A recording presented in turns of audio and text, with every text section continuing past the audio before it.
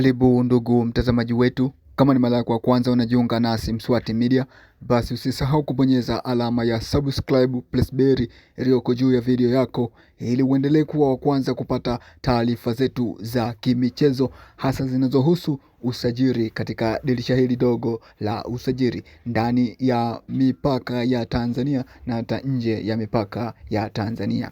Basi tunakupeleka kule Morocco katika timu ya Wydad Casablanca, hapo klabu hiyo ya Wydad Casablanca imemweka sokoni mchezaji wao kiungo mshambuliaji namba 10 Stephane Aziz Ki ambaye walimsaini msimu uliopita kutoka klabu ya Young Africans kwa kiasi kinachokadiriwa kama bilioni 1.8 milioni, lakini hii leo wamepokea ofa kutoka klabu mbalimbali ambazo zilikuwa zinawania saini ya mchezaji huyo Stephane Aziz Ki, ambao klabu zilizokuwa zinamhitaji ilikuwa ni Kaizer Chiefs ya nchini South Africa na Al Ittihad ya kule nchini Libya.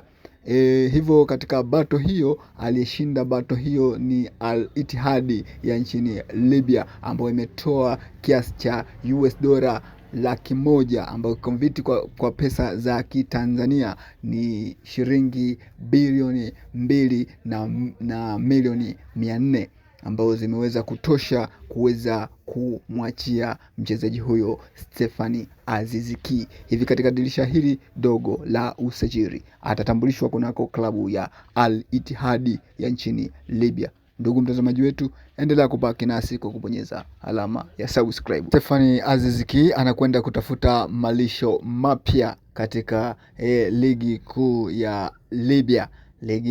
Ligi ambayo kwa sasa imeanza kuja juu kwa kusajili wa mastaa, na nadhani lengo ni kutaka kuikuza hasa ligi hiyo ya nchini Libya. Basi Stephane Aziz Ki katika msimu huu wa dirisha dogo tutamuona katika timu ya Al Ittihad ya nchini Libya. Basi ndugu mtazamaji wetu, endelea kubaki nasi Mswati Media kwa taarifa zaidi zinazohusu michezo na taarifa mbalimbali za usajili.